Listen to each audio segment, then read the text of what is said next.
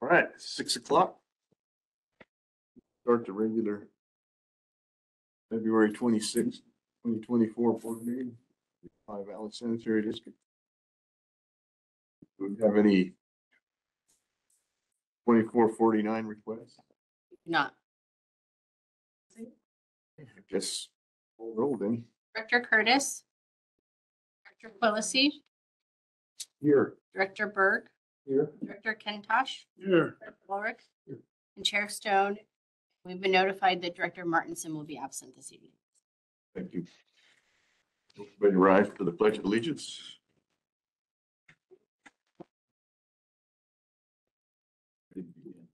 Pledge of allegiance to the flag of the United States of America and to the republic which stands one nation under God, indivisible, with liberty and justice for all. Thank you.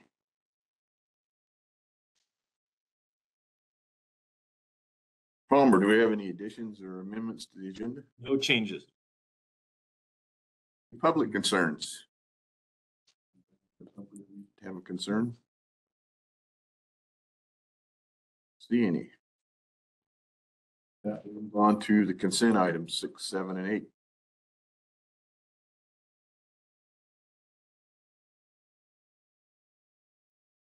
I'll move for approval. I'll second it. In a second, any discussion? Call roll, Allison. Director Curtis. Yes. Director Kentosh. Yes. Berg. Yes. Director Quillisi. Yes. Director Ulrich. Yes. And Chair Stone. Yes. Moving on to item 9, fiscal year 2024-2025 budget. Schedule. Palmer. So it's getting that time of year where we start putting together the district's budget for the upcoming fiscal year starting July 1. There are some statutory requirements, if required, into the schedule.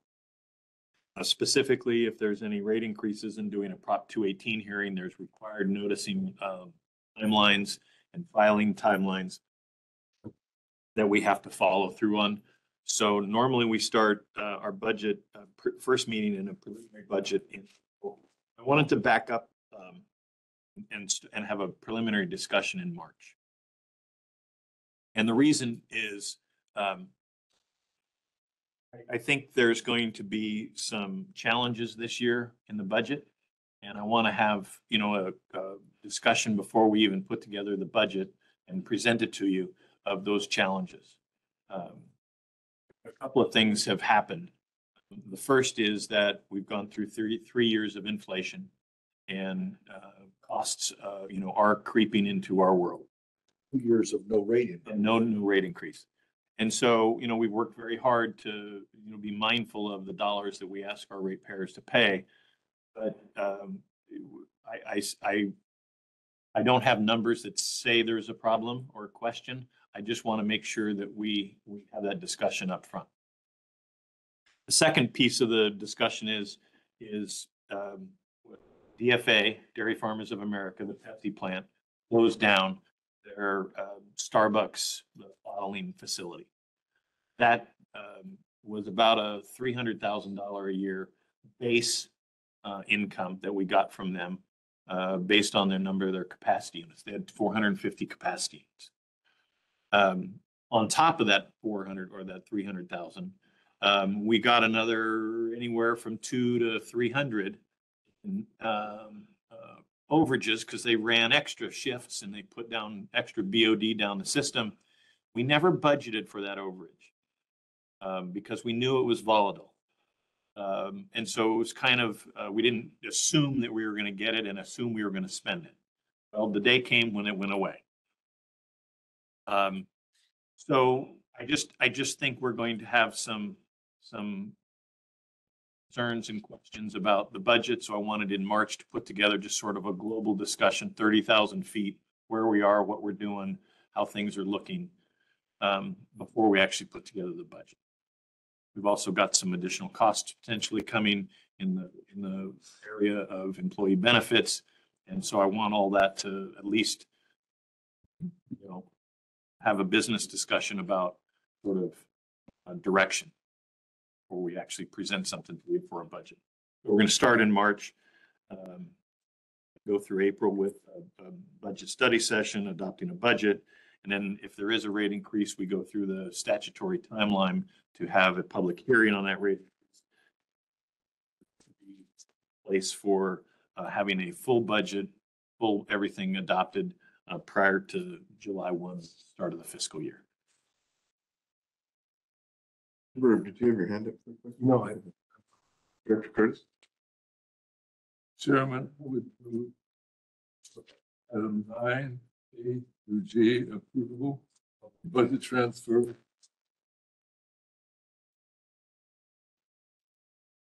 Pardon me, the budget preparation schedule. I was reading the wrong thing. We're pretty close. I'll second that. Okay, we have a motion and a second. Any other discussion? Question. I noticed that we have a finance committee, but the committee never meets. Is there any role for a finance? Unfortunately, I'm not on the finance committee this year, so I can ask this. Most of our finance committee meetings are when we change or adjust our investment strategy for all of our reserve funds. We don't have a finance committee meeting that meets on the budget. It's been decided with this board that the budget is a full board discussion at every step of the way. Fair enough. Thank you. Nelson, call the roll, please. Director Curtis, Yes. Director Kentosh, Yes. Director Berg, Yes. Director Quillisi, Yes. Director Ulrich, Yes. and Chair Stone. Yes. Item 10, WWTP Influence Header Valve Replacement Budget Adjustment Number 2024-15. Mr. Palmer. So we have about 60 valves in the plant. In sort of practical sense, we have the valves that allow us to do two different sorts of things. One is isolate sections of the plant when we need to do maintenance, or direct flow, turn off or turn on, direct flow through different flow paths through the plant. And so we use these at various for various operations. At the influent portion of the plant, we have main pumping comes out of the headworks and heads towards the ditches. Along the way, it goes through the grid classifier and the fine screen, and that's normal operation. Normal operation is you send it through the grid classifier and the fine screen to get out the grid and get out the rags and things and make it through the process. We're getting ready, and we're out with a statement of qualifications, an SOQ, looking for design services to replace our fine screen. This is a large circular cylinder that catches all of the Q-tips and rags and stuff that comes through the system. Well, it's been in operation since 1996, and it's showing serious aging and concerns about its long-term integrity. The second part is fine screens that they built in 1995, 96, and today have entirely different removal efficiencies of what they take out. Back in 95, 96, we didn't really have to worry too much about those little stickers that come on every tomato and avocado and banana that you get, because it just went through the system. Well, today with a system that relies more on sensors and oxygen sensors and nitrate sensors and all kinds of things that have small orifices, all that trash becomes much more important. The removal efficiencies on the new fine screens is astronomically better than the old ones. So we're going to go through the process of doing a fine screen replacement. The first step of that is we're out with an SOQ to find the right engineering firm to do that. Before we go do the fine screen construction, we need to replace these valves that isolate the fine screen. We're not sure, because of wear and tear on those valves and they're starting to creak and crunch and grind a little bit, we're not sure when we turn off those valves to isolate the fine screen to do work that they're going to close. And we're not sure that if we close them 98%, that we might not be able to reopen them. And so we don't want to go through a fine screen project and have a valve that we can't close and we can't reopen. So the first step of the fine screen project is actually to go replace these 4 valves with new valves. Fix the bypass. Fix the bypass, make sure we can isolate those systems in those areas. So during the fine screen operation, we've got a closed, secure, sealed system. So this is to go buy those valves. Now, there's two proposals that we went out and got. One was using in America construction of the valves, and one was non-American construction of the valves. Some projects, if you get federal grants, have a requirement that anything made out of steel comes from an American-made steel plant. So there's the valve company that we've selected has both an American operation and an international operation. The international operation is the proposal we've provided here, is less expensive and faster for the same exact valve. Same company, same warranty, same materials, same everything, except some are produced in America and some aren't. So the ones produced in America are $51,000. The ones not produced in America are $35,000. And it's about half the delivery time. Short delivery time on these is about 20 weeks. So what we provided here for you to look at is the valves needed to basically isolate the fine screen, provided by an international supplier that is an American company, but they're not produced in America because of the requirements of American steel and the costs.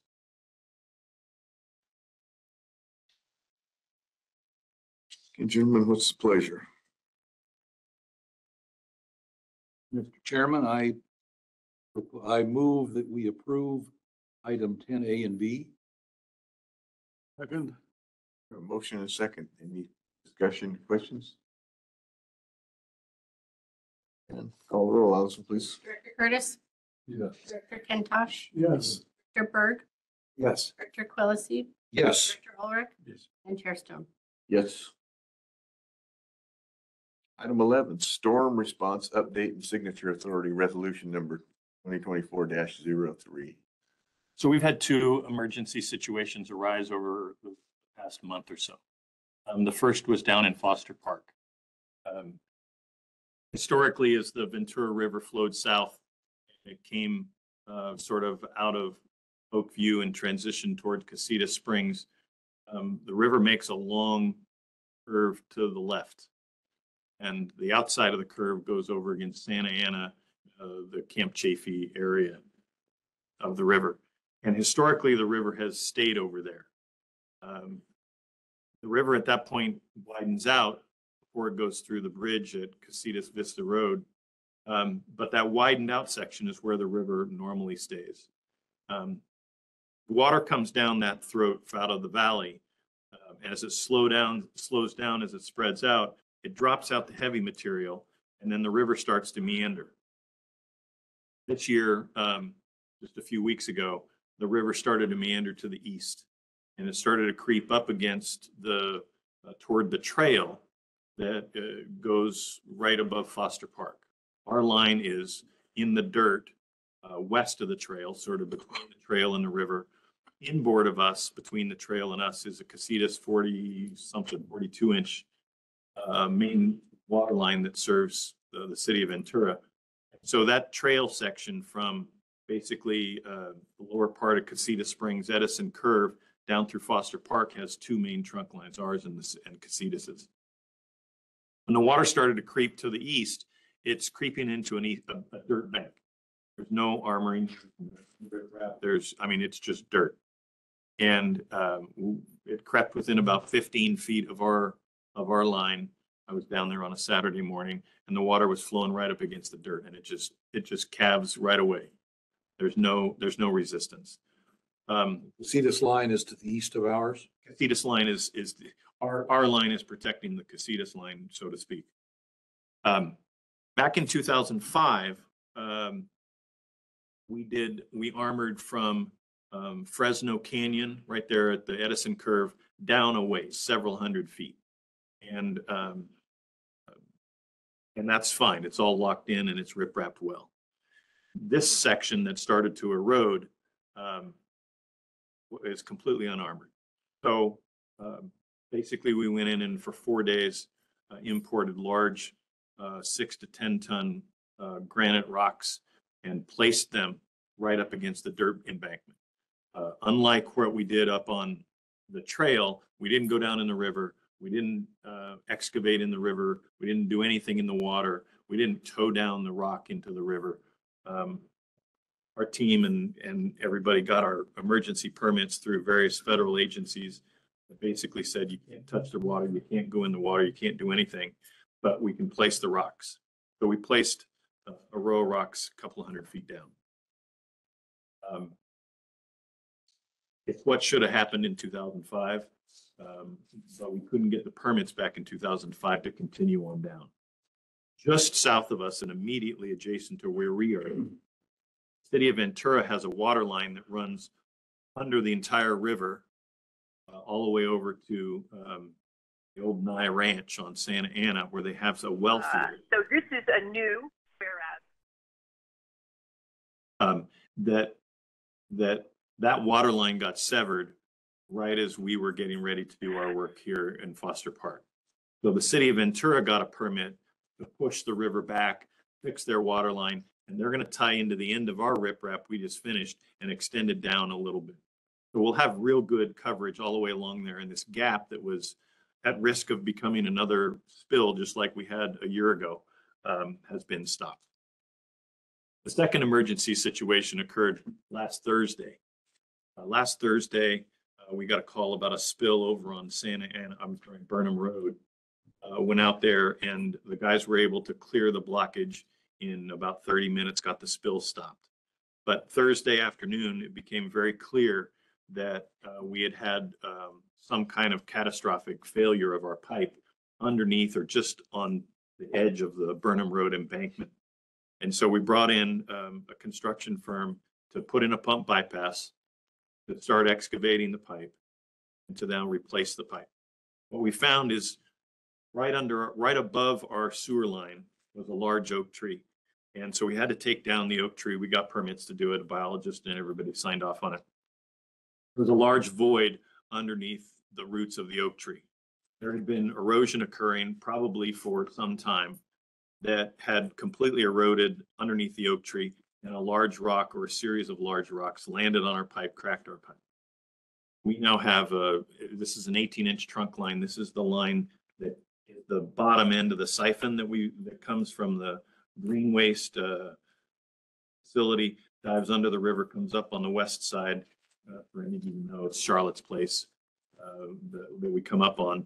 And that line serves the hospital, Vaughn's, the high school, that end of Ojai, as well as the all of Miners Oaks and all of sort of Rice Road tract. All goes through that siphon. So it's an 18-inch line, major trunk line.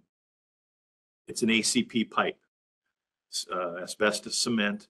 It's still used today, water lines, because it's so light. They used it when this line was rebuilt in 1969 by the Army Corps of Engineers.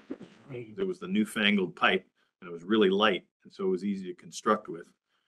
But unfortunately, it's very susceptible to sewer gases, and so the sewer gas slowly eats the cement binder in the pipe, and so you look at the pipe and you can see some flaking, but you have no idea how thick the wall thickness still is when you do a video. While the wall gets thinner and thinner, and it gets brittle, or it completely fails. Well, we've had a failure here. So to go ahead and authorize me to make the payments for these emergencies that have occurred in the last 3 to 4 weeks. But going forward, as a normal project, we're going to start lining that whole system with a correct epoxy liner system that doesn't rely on the pipe, the host pipe, to provide any structural integrity. We've kind of had 2 unfortunate incidents on that pipe, and we can't have them. So that's a future project. The team's already working on design of that, but this is really to accomplish the repairs that occurred in Foster Park, riprap, and the Burnham Road spill. We just got an hour ago or 2 hours ago the first set of water quality samples from the Burnham Road spill. We were required to sample above the spill and below the spill as a part of any spill. And out on Thursday, we're able to get a company sampling on Thursday, send those samples to a lab, independent lab. Those results came back for, I think, Thursday, Friday, Saturday, I think. And Thursday, when we took the sample, Thursday afternoon, late evening, the river water was pretty hot. But things had really settled down by Saturday, and by Sunday we were under the pollution limits for the river. So the river, the spill has been stopped. The water quality samples show that we're within where we're supposed to be. But we're going to continue to sample for a couple of more days just to make sure we have a big long window. But hopefully we can get the pipe back completely repaired in the next day or so. And Did we have to post the beach or the river? we posted, we couldn't get that done on Thursday, but we posted signs Friday morning and all the way down, quite a ways down the river. The beach was already posted because of environmental health had already had other issues with the river. Once again, our above the spill sampling does not show a clean river. It shows a dirty river. We made it slightly dirtier, very dirty on Thursday, slightly dirtier on Friday and Saturday, but back to Sunday, we were back to normal dirty, all the way going down the river. So we'll sample a couple more days, and then once we're out of that window, we'll close the sampling and pull our signs. But the river, the beaches have been closed the whole time. Joey. Question, I have a comment. Question is, does the system, given the degradation of the ACP. right, that's right. Knew that. Does the system filter out the fibers that are? Sort of. At the plant. I'm just thinking as far as relative to the river. The dump to the river, I doubt if hardly any went to the river, because what we found is the remaining pipe was in chunks. It wasn't like, Well, I meant over the period of time that it was degrading, and I'm just not. there was probably some of the asphalt stuff that went in the river. Right. The comment is, I don't know if anybody's gotten this on the news feed, is they had a 500,000 gallon spill at Goleta. It's up to 1 million. Yeah, because, and I don't know, they haven't said anything about it, but that was immediately after the airport was closed and they had to dewater the airport. So I don't know if there was any relationship. Nobody said anything about it in the news cycle, but that they're closed for a mile east and half a mile west each wise, and it's pretty serious. Obviously, I don't think they've got it. I've had several conversations today. I had an email interaction back and forth with surf riders, a couple of surfer groups, a couple of Ventura, the group, the Hillsides group, Ventura Conservancy. And they're all rightly concerned about spills and what we do about them and why and how and what. We explain the whole thing. If they want our data, we're more than happy to give it to them. One of the interesting things that always comes up is the pollution level of the basic river. After our spills last year in January, one of the environmental firms that we use quite a bit, Larry Walker and Associates, you'll know the name, went out and looked and grabbed all of the storm drain data and beach closure data from the Santa Clara, actually from Fort Hueneme Harbor, all the way up to Mondo's Beach, and compiled a listing of all the data sources for all the pollution. And we have that report now. And it's an interesting report because we all know that anecdotally, every time it rains, the beaches are closed because it's polluted, and the data says that. So how all that gets solved and how it all gets cleaned up and how it all gets managed, a story for a different day with lots of zeros attached to it. But it's one of the unfortunate common things. Yes, our spills are bad. Yes, we don't want them. We're going to line this system so we don't have another piece of this ACP pipe go bad. But in the context of like Thursday's spill, within a day or two, we're back below the normal dirty river wall. So we'll keep working at it. I think the right thing to do is line the pipe at this time and stop the degradation. It's a big, long story, but that's the essence of the two pieces we've had to undertake in the last month. Director Byrd? Jeff, is that ACP pipe just in the Denham Road area? So we have a trunk line that is the Burnham Road area. We have a couple other minor pieces of it. A lot of it because it was like in the east end of.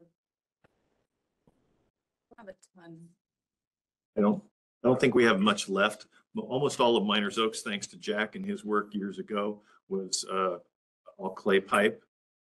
Oakview was all clay pipe. There are a couple of small pieces, very small pieces, one short, and I mean short section, 20 or 50 feet. We have about a mile and a half, 1.6 miles of it over on Burnham Road. That's the majority of it. Yeah. And that's the large diameter stuff. It's the trunk line. It's the most critical. Lucy. You spoke earlier of doing repairs immediately and then lining in a longer term effort. So what do the repairs consist of? We take out, one of the problems with the ACP pipe is when it fractures and rocks get in, they're near impossible to get out. You have to dig up that section of pipe, take out that cracked section of pipe, take out all the rocks and put in a piece of plastic pipe.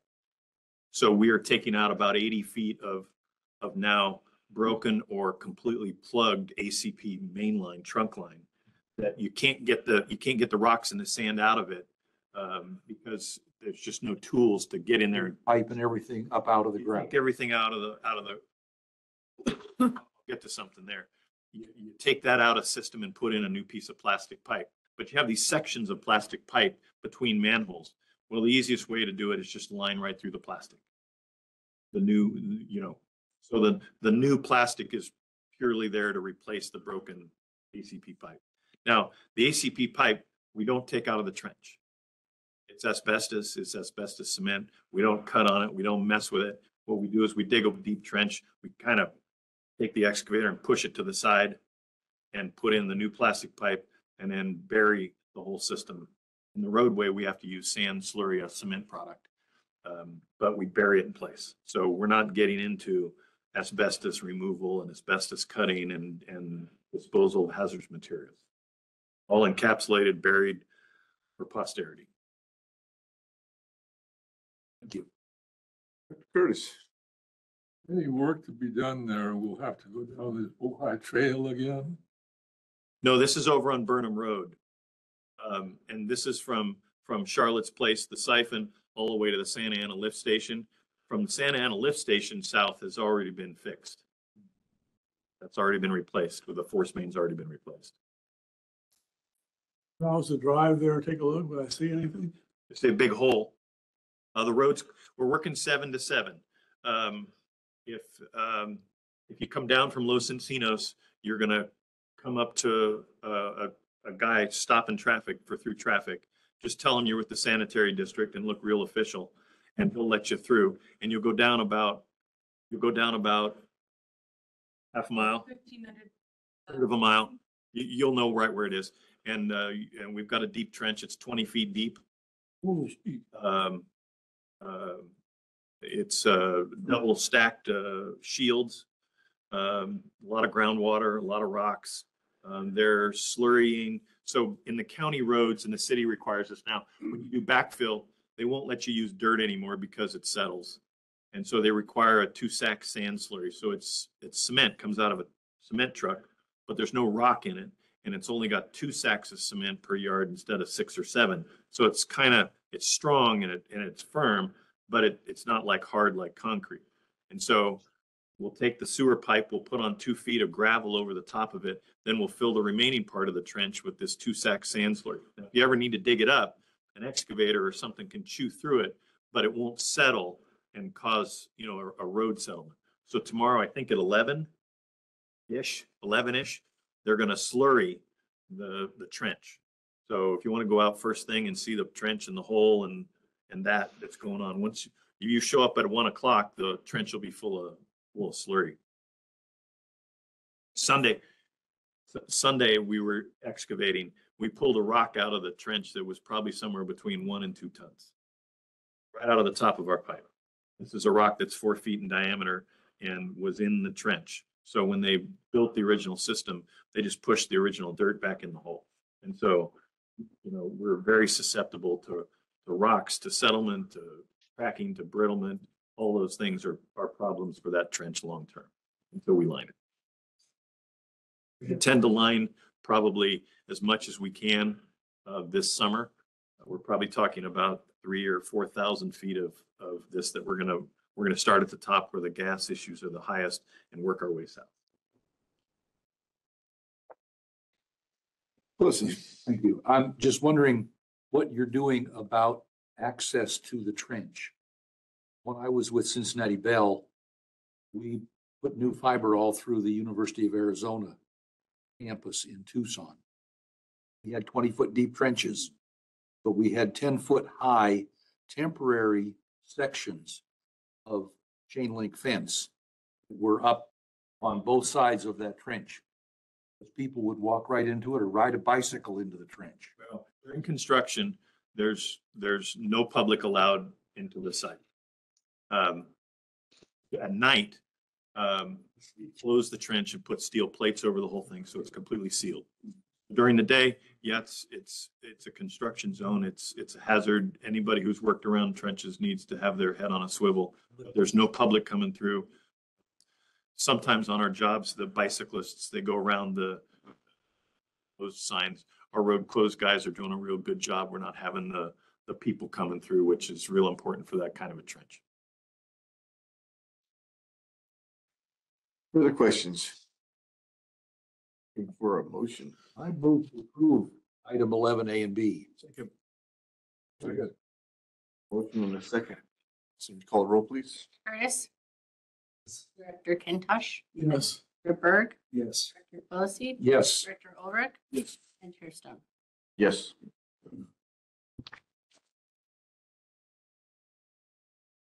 12, review, discussion and possible recommendation of employee satisfaction survey implementation.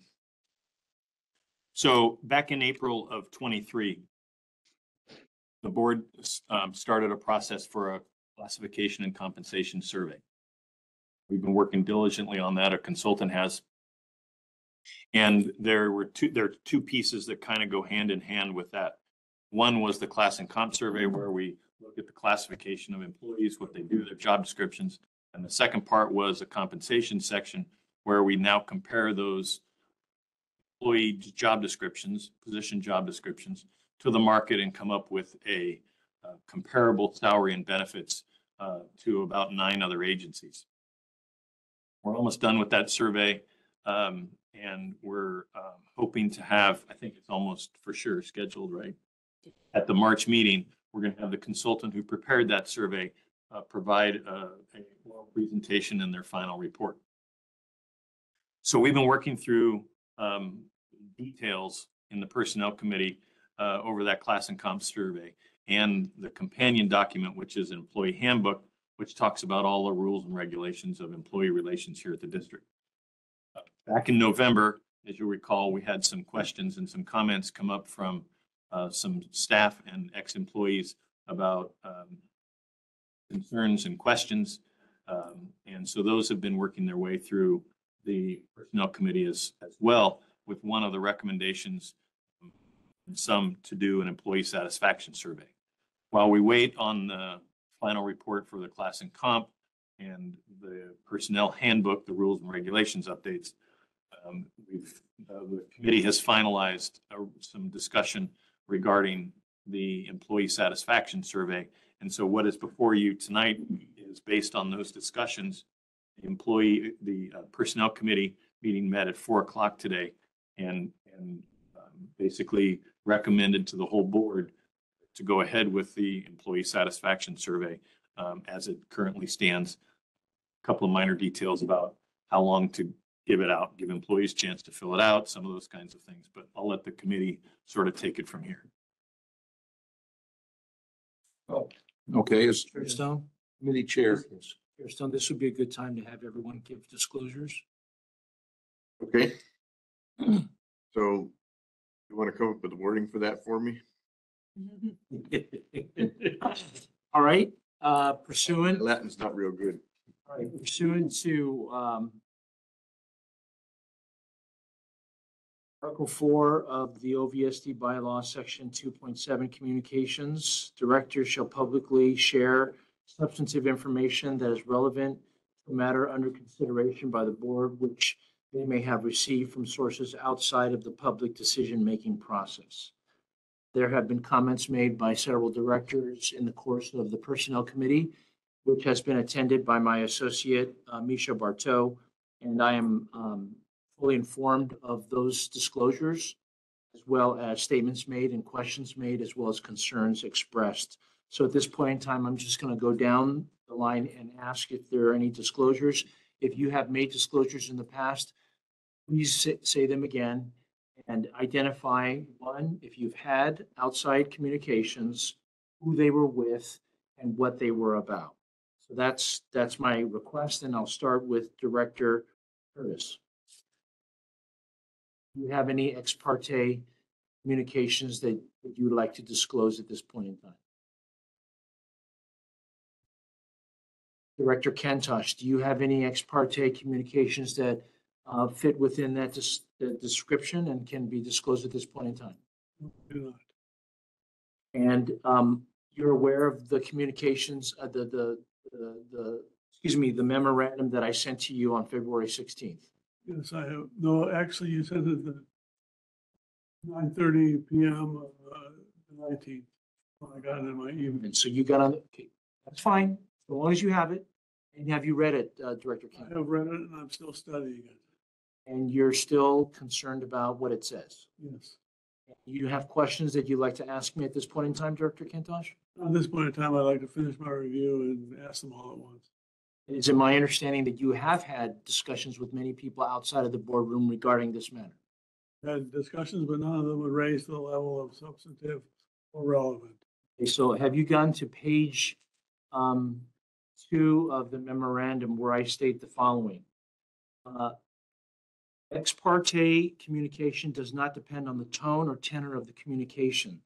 In other words, it does not matter if the communication is in the form of analysis, polemic, partisanship, objective assessment, subjective complaining, belly aching, I'm using your words, Director Kentosh, personal attack, bitter recrimination, complimentary praise, or contrarian criticism.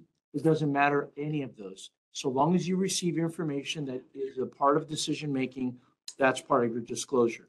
You'll also note in that memorandum that I cite to the California Constitution. California Constitution states that all laws that deal with public information and public meetings is to be liberally applied. In other words, a broad application of the law is to be done, not a small or parsimonious reading of the law. So with that understanding, is there anything else that you'd like to say? Can you tell me who you spoke to and what they spoke to you about? Nothing relevant or substantive to report. Although you stated in the Personnel Committee that you had those discussions, didn't you? Had discussions, which ones are you talking about? The notes that I received from my associate indicate that you indicated in the Personnel Committee that you had discussions with people outside the board about the satisfaction survey. Yes, I did. They were not substantive or relevant. You understand that ex parte communication has nothing to do with your definition of ex parte. The law is the law. That doesn't give you the opportunity to say what is substantive and what is not. You understand that?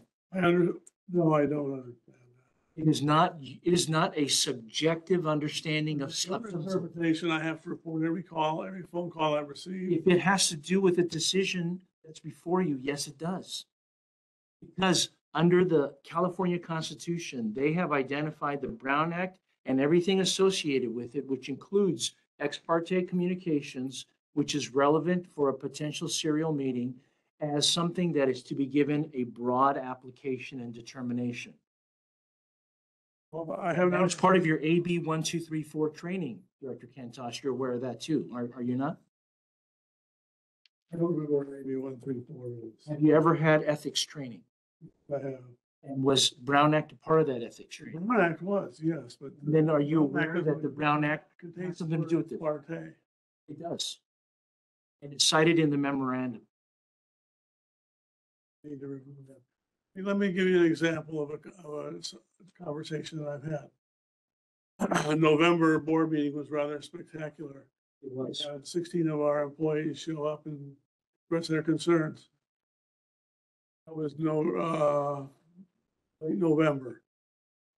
Friday of that same week, I attended a field tour. I'm on the board of the Upper Ventura River Groundwater Agency. I'm on that board with Pete Kaiser, happens to be a former director here. So as we were walking along, getting this tour of the Ventura River for our agency issues, I asked Pete, "Hey Pete, have you heard anything about what's going on in Ojai Valley Sand? Something's going on over there." And I said, 16 people came to our board meeting, and have you heard anything about it? And he said, "No, I haven't heard anything." And I explained to him what happened, and I don't consider that relevant. Because he didn't give you any information. He didn't give you any information. But I talked to him about it. Let me ask you this. You spoke to Mr. Chevelle about this matter. No, I have not. Have you spoken to Linda? I've never talked to Mr. Chevelle I about didn't it. ask that question. I just asked, did you talk to him? Did you talk to Lynn Dubois? It's a rather narrow question, by the way. Did you talk to Lynn Dubois about this matter of the satisfaction survey? No, I did not. Have I you got a call from Lynn Dubois. got a call from her then? Yes, I did. Is that considered talking to Lynn Dubois? We talked about. She had some complaints about her treatment. But the treatment that she complained about was related to the present personnel manual. And I'm at a loss to figure out exactly what board decision is related to the present personnel manual, because that manual was adopted by the board years ago. And we did not talk about the classification compensation study. We did not talk about the salary survey, because at that time, we had no idea we were even going to do one, and it was not on my horizon.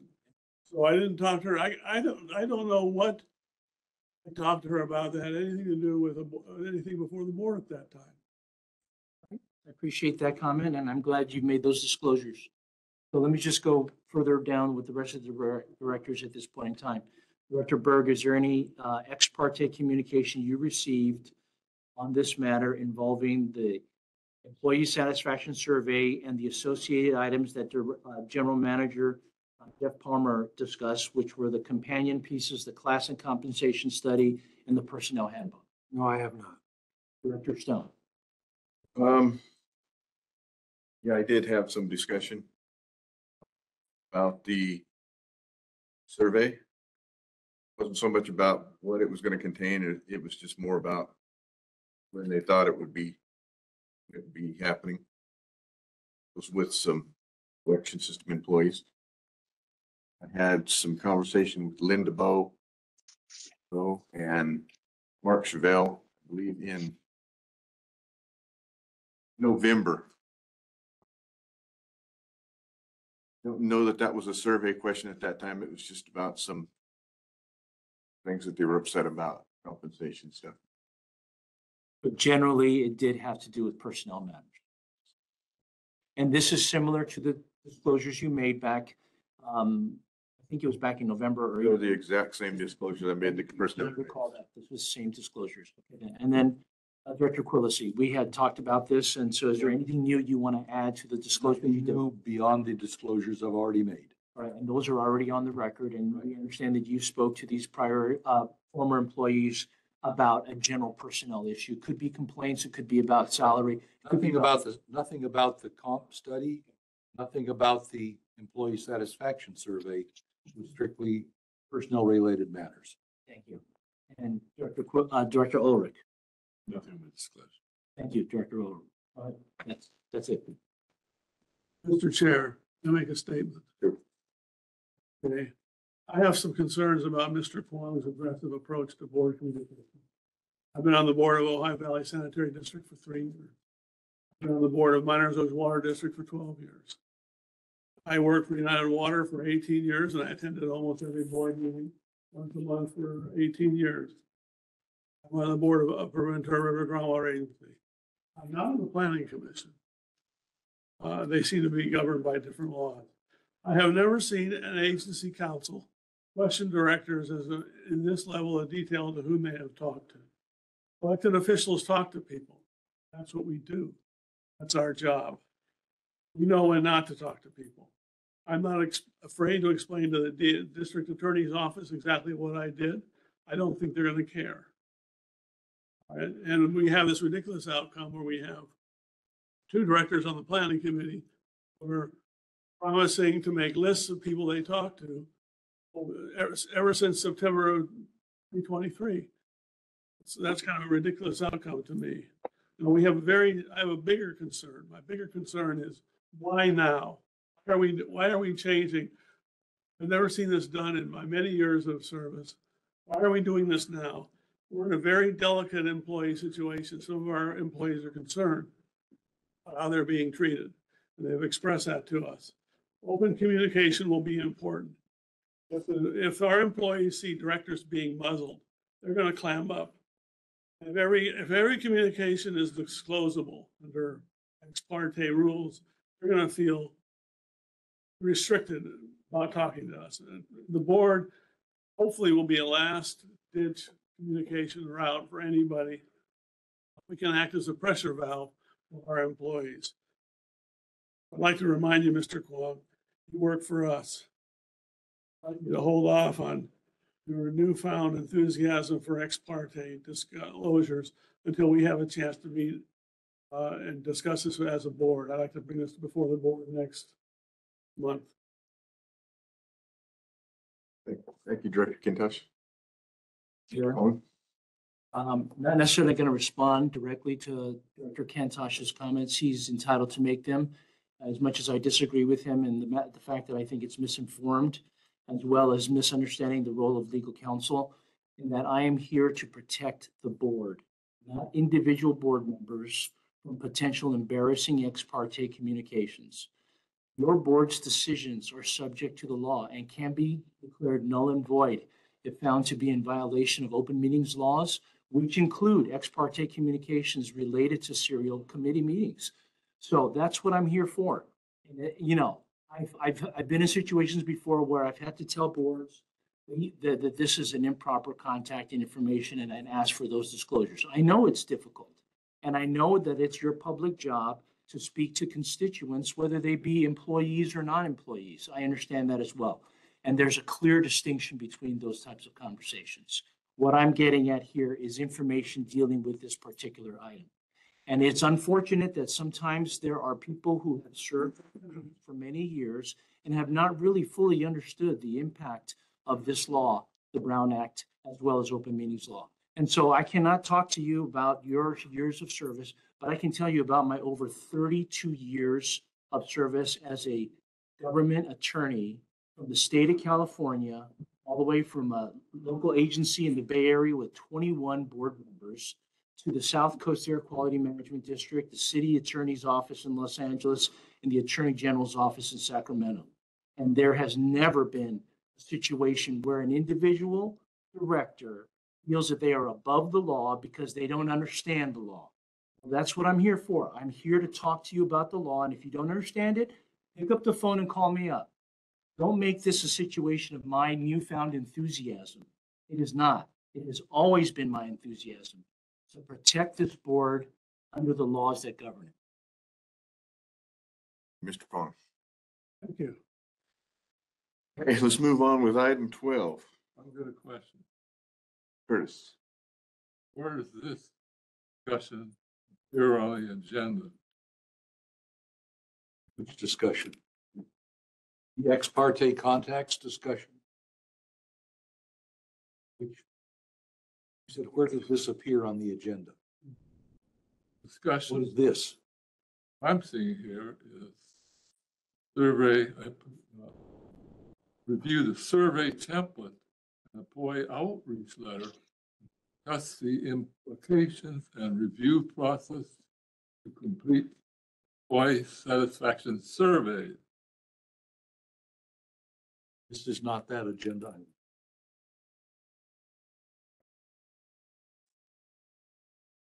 Yeah, I'm trying to think how I could explain this, but I don't know that.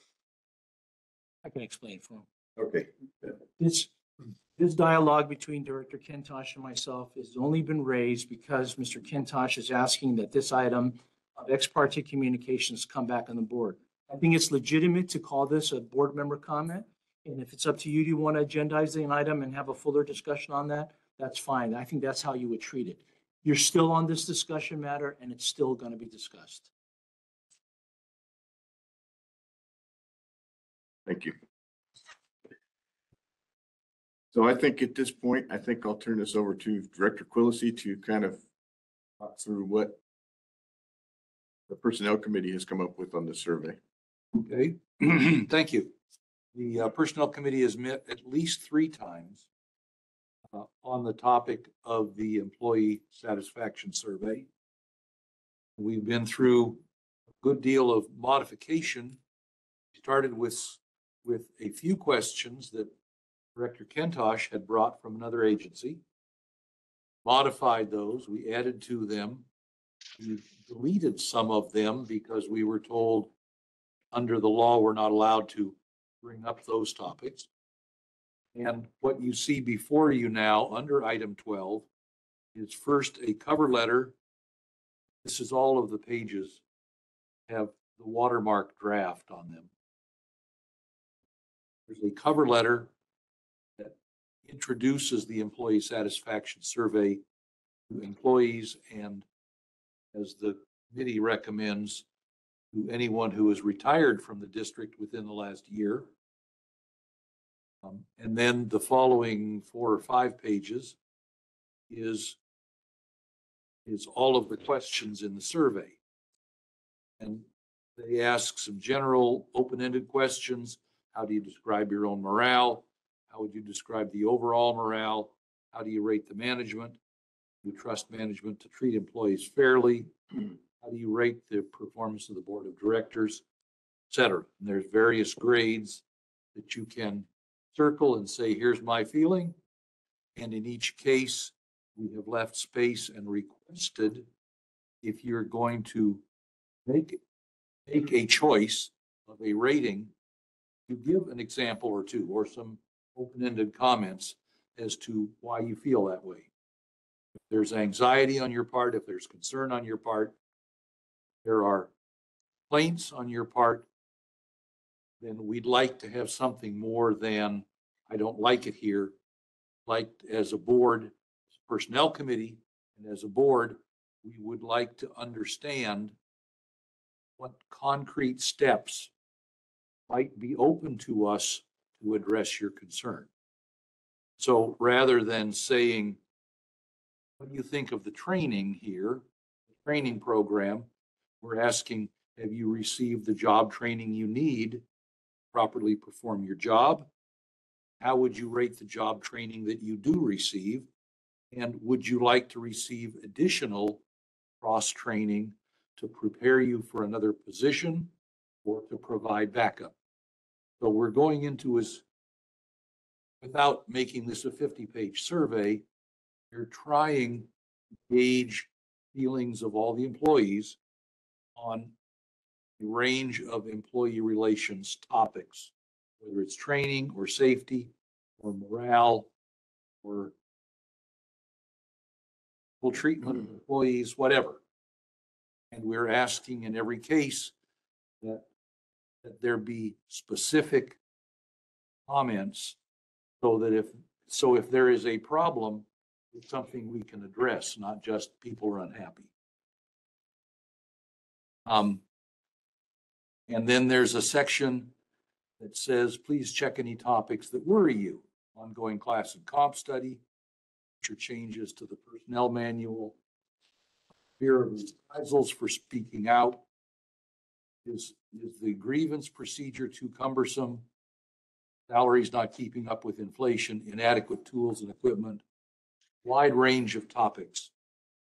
And it is the recommendation of the Personnel Committee that this survey and the cover letter go to all employees as soon as possible, once the board has approved using it, gather data, and that employees be given 30 days to respond to it. That response would be typically, I think, bring back something written, sealed envelope, drop it in the Dropbox, drop it if one of the offices in the front, we don't care. And at the end of 30 days or at the end of the period in which we have received responses, all the current staff, and I believe it's 5 employees that have retired within last year, whichever comes first, then Jeff and Allison and the board chair sit down, go through the responses, compile them, bring them back first to the Personnel Committee, then eventually to the full board, see if there are changes that we wish to make.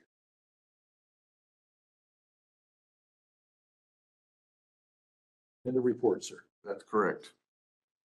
I guess this is an opportunity for the board to look through this and see if there's any questions on here that you think you'd like to have changed, or whether we think it's good to go the way it is. Don't invite public comment on this item. Correct. Mr. Byrd. Yes, it seemed to be very thorough. We met 3 separate times, 2 hours each time. A lot of time to put into the formulation of these questions. And I think they were done very well and very thorough. My question is, how does the board of directors get involved with employee policy when we're not trained in HR? I think we did speak about Liebert Cassidy or hiring an HR consultant to help with suggested changes, didn't we? October, November, Gordon? I think, so we have engaged Liebert Cassidy. We have posed a series of questions. We've been working with Liebert Cassidy for many years. So starting with Liebert Cassidy in October, whatever it was, is not new. What we did is we engaged them more intensely to be able to answer very, very specific questions. So we posed a series of, based on everything we had heard at the board and through the committees and other sources, we posed them a series of questions about very specific benefits. Is this legal? Yes or no? Under what conditions? Those sorts of questions. They provided those answers, I believe, late last week. So the next meeting of the Personnel Committee is intended to start to go through down in the weeds, the legalese of all of these policies. And this is right from them. This isn't all of these questions. Everything we do, it goes through them because there are so many nuances in the various unique situations. So we now have these answers. There's 10, I think 10 or 11 questions, and there's 2, 3, 4, 5 parts per question. There's a whole bunch of stuff. So the next committee meeting is to go through that. This topic was sort of chosen by the committee as something that could be done quicker without waiting on sort of this class and comp study, which was being done by a consultant, and the Liebert Cassidy questions being done. This was something that the committee wanted to move forward on a faster track. So in summary, I would like to suggest to the board that we consider the fact that we just have one employee, and that's Mr. Palmer. And it really becomes maybe a little overbearing on our part to start reading the satisfaction surveys with the intent of changing the way personnel is handled. I believe that could be or should be the function of staff maybe a consultant. I don't know what we can add as good meaning, well-meaning board members to discussions on changes of personnel plans. I do think the satisfaction survey is a good idea. I just don't know who should be doing the surveys. Are they anonymous, by the way? Yes. Oh, yeah. And it was decided today that even the surveys that are sent to the recent retired will be received as anonymous as well. Yeah, input. Director Curtis. Okay. With the change answer that I gave, question, I truly feel we couldn't be talking about this here. But we have the surveys taken care of and have that information. But I had 3 members of the staff come and talk with me.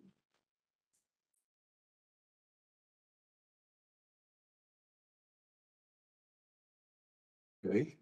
So did you want to change that on your ex parte with our legal counsel? When you were asked a question about talking to anybody about the survey, and your answer was no, do we want to change that now? So that you did talk to 3 employees? I'm not hearing you. I have a hard time hearing you. Nobody speaks up. I speak up. Glenn speaks up. Okay, That's what I like to hear. on the question of ex parte, when Mr. Kwong asked if you had had any conversations with anybody about this survey, I think your answer was no at that time. Now, do we want to change that to yes if you spoke to 3 people? Saying no, I was right in saying no. I didn't have anything, anybody come talk to me about the survey.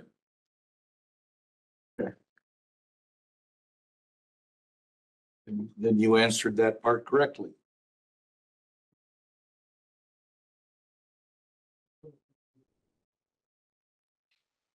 Are you in favor of doing the survey or are you opposed to it? You in favor of doing the survey? Yeah, definitely. Any further questions?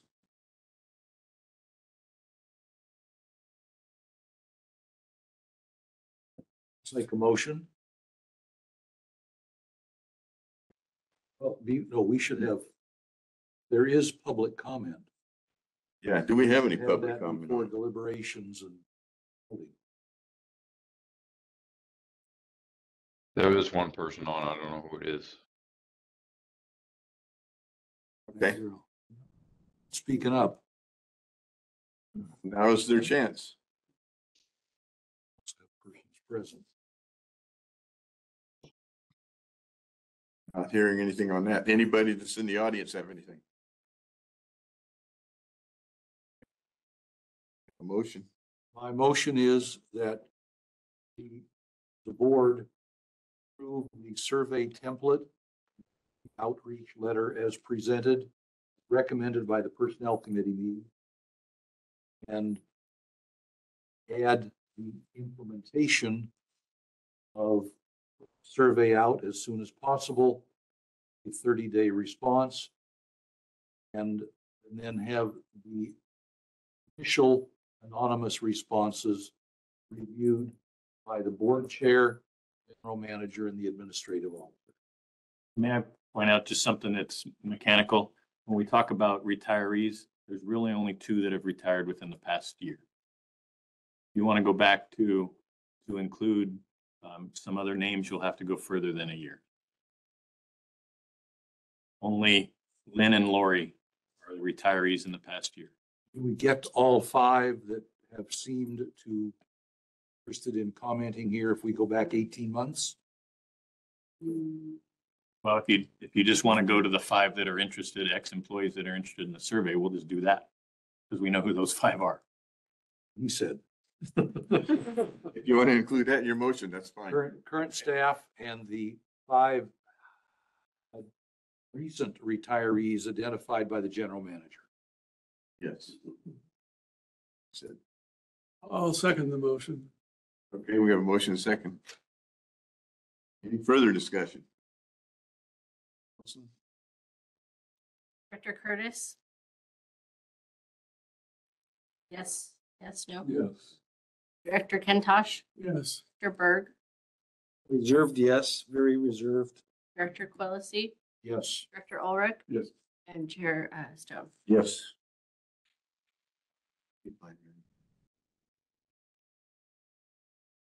Soon we'll be running this place.